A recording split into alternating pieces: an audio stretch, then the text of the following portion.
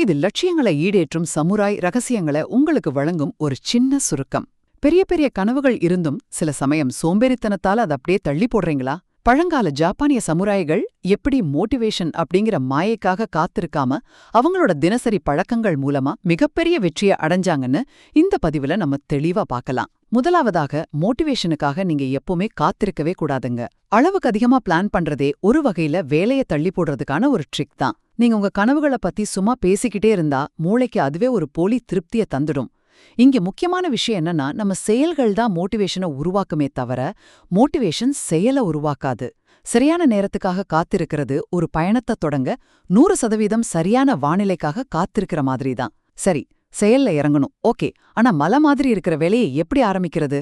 இரண்டாவதாக, கைசன் எனப்படும் சின்ன சின்ன தினசரி செயல்களை உங்க பழக்கமாக்கிக்கோங்க. மியாமோட்டோ முசாஷி மாதிரி சிறந்த சமுராய்கள்லாம் மோட்டிவேஷனால ஒரே நாள்ல மாறல.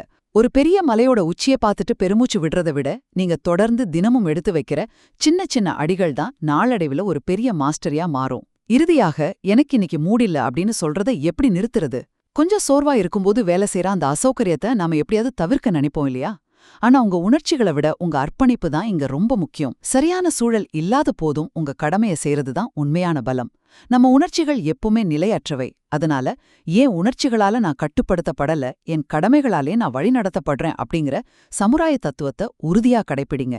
அதனால மோட்டிவேஷன் தானா தேடி வரும்னு காத்திருக்கிறத விட்டுட்டு உங்களுக்கான சின்ன சின்ன தினசரி பழக்கங்களை எந்த தயக்கமும் இல்லாம இன்னிக்கே செயற்படுத்த தொடங்குங்க.